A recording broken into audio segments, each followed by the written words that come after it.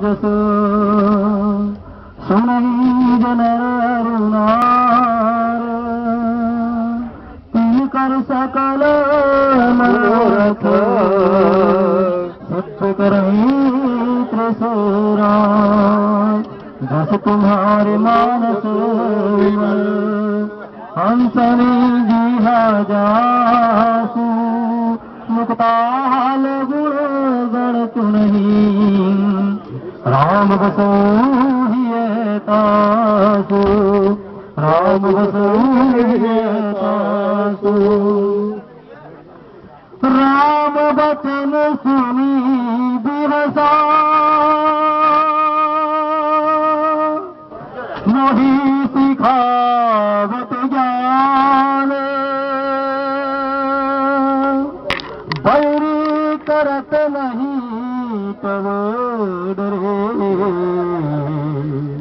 अब लागे प्रिय प्राण कभी प्रवचन क्रोध दोष कंद पुलिस समान लागे झड़ नाना कार स्वरूप उधाय ऋषि और विदित गगन में खाए पाहक सरदार हीरा हम मोहरे साकर तेरा भारत तीव्र शक्ति कुशियाए बाण संग प्रभु पेड़ चलाए कोटिन चक्र शूल पवार धनु पर आश्रम काट निवार निफल हो रावण सर कैसे कल के सकल मनोरथ जैसे अब सतवान सारथ बार से पर भूमि राम पुकार राम कृपा कर सूत उठावा तब कवि करम कोद कह पावा मंगल भवन अमंगल हारी दशरथ हर बिहार दीन दयाल बिरद संभारी रघुनाथ मन संकट भारी जय सिया राम जय सिया राम जय सिया राम जय राम। उपस्थित वृंद भगवान की कथा के अंतर्गत परमात्मा की लीला चल रही है। युद्ध चल रहा है मोह के साथ में। ब्रह्म शाश्वत रूप से जो ज्ञान है, ज्ञान और मोह दोनों का आमना सामना हो रहा है। सांसारिक जीव की जो कथा करे तो आज मोह और ज्ञान दोनों एक दूसरे का आमना सामना कर रहे हैं, लेकिन जो अध्यात्म के मार्ग पर चले तो आज वास्तव में रावण दशानन और मेरे प्रभु राम युद्ध हो रहा है। मोह ज्ञान के ऊपर अपना अधिपत्य जमाने की चेष्टा कर रहा है, तो वहां पर ज्ञान एकदम सहज रूप से, एकदम से बिल्कुल सहज स्वाभाविक रूप से मोह को जीतने के लिए चले हैं।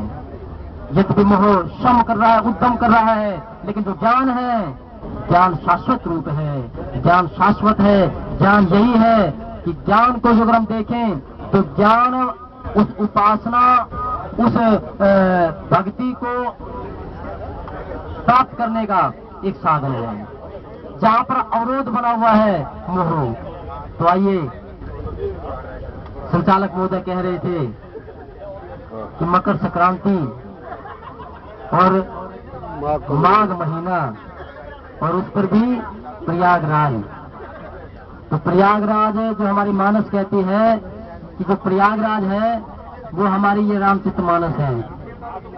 और प्रयागराज में जो अनेक संत आते हैं और संत आकर के उस प्रयागराज में कहते हैं कि जब सूर्य अनेक राशि पर से होता हुआ जब मकर राशि में प्रवेश करता है, तो जैसे ही सूर्य मकर राशि पर प्रवेश करता है उसे कहते हैं मकर संक्रांति।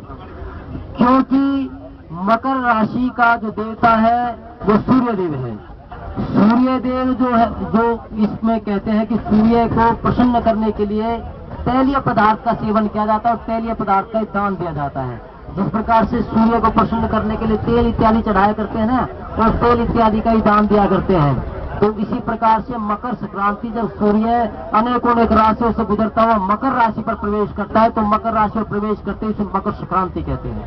और मकर संक्रांति के लिए जो सूर्य है दक्षिणायन से उत्तरायण की ओर चला जाता है, और उत्तरायण में कहते हैं कि ये जो उत्तरायण चल रहा है इसमें दान, इसमें भजन, इसमें उपासना, इसमें ज्ञान, सभी प्रकार के साधन इसमें फलीभूत होते हैं। अकबर भी इस दिन का बेसब्री से इंतजार करता था। वो गंगा के पावन तट पर इतिहास कहता है कि अकबर गंगा के पावन तट पर जाकर के इतना भारी दान इत्यादि करता था। वो कहता था कि वास्तव में यहाँ दान करने से स्वाभाविक रूप से सुख संपत्ति व संपदा आती है। तो मकर संक्रांति है, माघ का महीना, लेकिन यदि जो अगर वहां पर हमारा जाना ना हो तो ये जो हमारा चलता फिरता मंदिर है इसमें रामचरितमानस को मानसरोवर कहा है,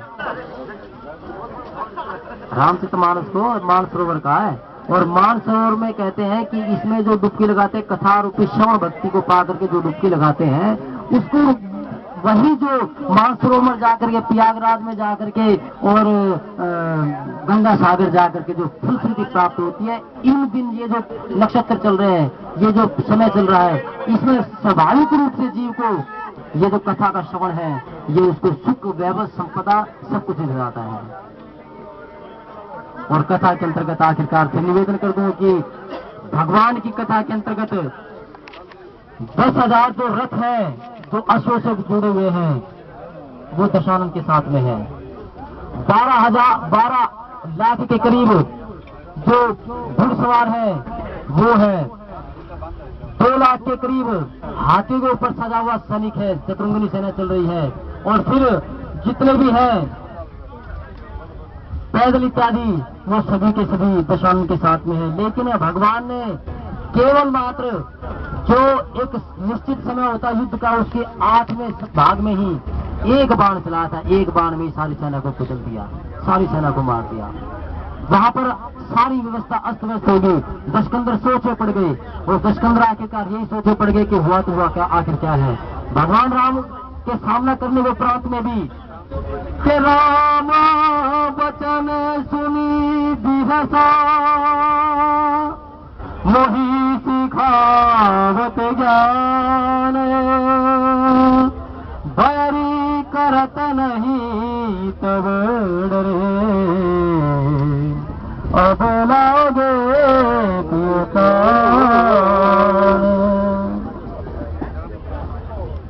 आखिरकार ज्ञान को मोह जब जीव पर स्वाभाविक होता है, देखिए मोह निशा सब सोवन हारा, जब जीव मोह रूपी निशा में व्यस्त होता है। और मोह का जो शाब्दिक अर्थ है, मोह का शाब्दिक अर्थ इसे कहते हैं कि जीव की जो आसक्तियां हैं, जीव की आसक्तियां, एक तो मोह को सबसे सरल भाव बता दूं कि मोह ये होता है कि सत्य को जानते हुए सत्य को ना माने, वो मोह से बीमार है। जो सत्य को जानते हुए भी सत्य को ना माने, सत्य क्या है, सत्य से भी जानते हैं कि भाई ये शरीर एक ना एक दिन जाना स्वाभाविक है। अभी रावण का जब पुत्र मेघनाथ मृत्यु को प्राप्त हुआ तो रावण भी वहां पर यही कहने लगा, खाम खाई में तुम वैसे ही रनिवास में जाकर के कहता है, अरे तुम वैसे ही रुदन कर रहे हो, ये स्वाभाविक है, जो आया वो जाएगा। लेकिन ये कब लगता है जीव को, जब उसके सामने दुख होते हैं, जब व्यक्ति के सामने दुख आते ना, जब वो जानता है कि नहीं ये तो स्वाभाविक है, जो आया वो जाएगा। लेकिन जब उसका समय रहते कौन सा है, समय रहते जो चेत जाता है वो जीव वास्तव में मोह निशा सब सोना, मोह निशा से उठ जाया करता है, मोह निशा से उठ जाता है। और मोह का जैसा मैं निवेदन किया कि मोह है जो वास्तव में सत्य को जानते हुए सत्य को ना माने, वो मोह है। सत्य यही है कि परमात्मा का भजन करना ही सत्य है। ये विषय वासनाएं और ये जितने भी कृत्रिम संसाधनों के द्वारा कमाया गया आनंद है, ध्यान रखिए, कृत्रिम संसाधनों के द्वारा जो कमाया गया आनंद है वो क्षण भंगुर है भाई, वो आता जाता रहा करता है। और कृत्रिम संसाधनों के द्वारा कमाया गया जो आनंद है ना, वो भी कौन देने वाले हैं, भगवान देने वाले हैं। अभी कथा के अंतर्गत प्रसंग भी आ रहा है ना कि निशाना हो हीरा वंसर कैसे फल के सकल मनोरथ जैसे, और फिर खल जो शब्द आया है, खल में भी क्या है, रावण को अनेकों अनेक विद्वानों ने, यद्यपि मंदोदरी ने भी, माल्यवंत ने भी, मारीच ने भी, सबों ने एक ही समझाया कि परमात्मा की कृपा को जो पाना है तो स्तुति से, वंदन से, सत्य के मार्ग पर चल करके, भक्ति के मार्ग पर भगवान को कृपा को पाया जाता है। लेकिन रावण कहता है कि ना, मैं विश्व वासनाओं में भी खोया रहूंगा। ध्यान रखिए, जो खल होता है, खल यद्यपि जानता है कि वास्तव परमात्मा का नाम ही साथ जाया करता है, लेकिन खल क्या कहता है कि मैं विषय का भोग भी भोगूंगा और फिर आनंद को भी प्राप्त करूंगा। लेकिन यहाँ पर क्या कहते हैं कि खल के, किस प्रकार से खल के सकल मनोरथ, जैसे उस जीव को यद्यपि लगता है कि मैंने सभी के सभी साधनों पर विजय प्राप्त की है, लेकिन ऐसा होता नहीं भाई। जीव के साथ प्रारब्ध और वर्तमान दोनों चलते हैं। जब प्रारब्ध का जो हमारा लेखा जोखा है, जब वो ऐसा हो जाया करता है जैसे बैंक में जमा की गई राशि, और बैंक में जमा हुई की राशि को जब हम निकालते चले जाएं, तो एक समय जब ऐसा आएगा कि जब समाप्त हो जाती है तब हम खाली हाथ हुआ करते हैं। और जब खाली हाथ हो जाते हैं तो जमा तो कुछ हुआ नहीं है, सब कुछ खाली हो गया, तब जा करके ये पंक्ति याद आया करती है कि निफल हो हीरा बरसर कैसे, खल के सकल मनोरथ जैसे।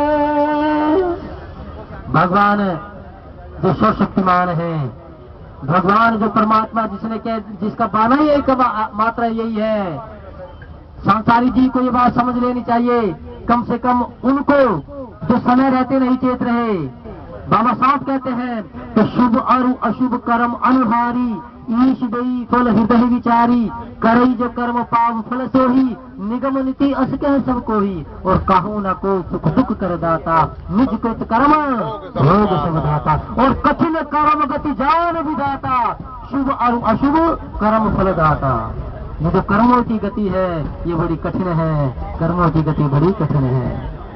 यदि मुझे लगता है कि मैंने वास्तव में भक्ति और उपासना को जीत लिया, लेकिन जीव, हे सांसारिक जीव, इसको जीतने के लिए तुझे वास्तव में ही अपने इंद्रिय को जीतना होगा, मोह से दूर होना पड़ेगा, और तुझे साधु मत, संत मत, उसका अनुसरण करना पड़ेगा।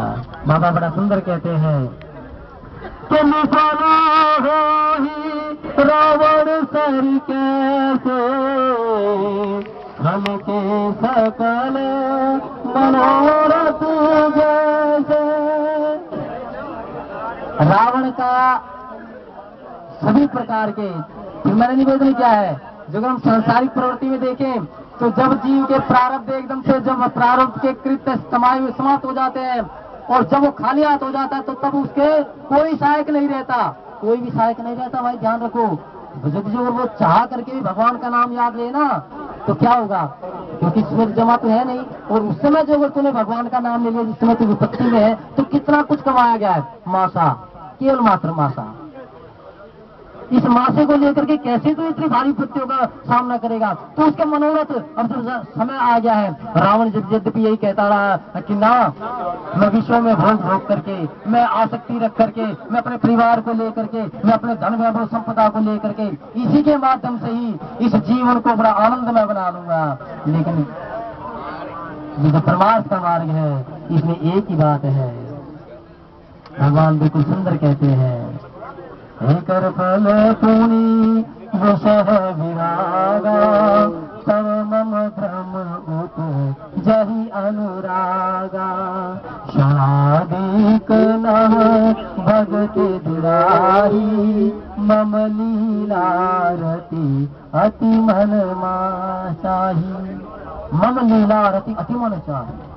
भगवान कहते हैं कि हे सांसारिक जीव, यदि जो अगर तेरे प्रति ऐसी भावना आ जाए, जब तेरा भजन में, तेरा श्रवण में मन ना लगे, तो समझ ले तुम मोह से ग्रस्त है, समझ लो कि तुम मोह से ग्रस्त हो, क्योंकि मोह निशा सब सोवन हारा, इस मोह में सबके सब सोवन हारे हैं। लेकिन मोह से वही केवल मात्र हट सकता है जो अपने विषयों को, भोग को छोड़ करके, विषय के मार्ग को छोड़ करके परमार्थ के मार्ग पर चले, भगवान की भक्ति के मार्ग। यही कर फल पुल विषय विरागा, तब मम ब्रह्म तजहि अनुरागा, शोड़ा अधिक नव भक्ति दिलदाई, और मम लीला अति मन मान।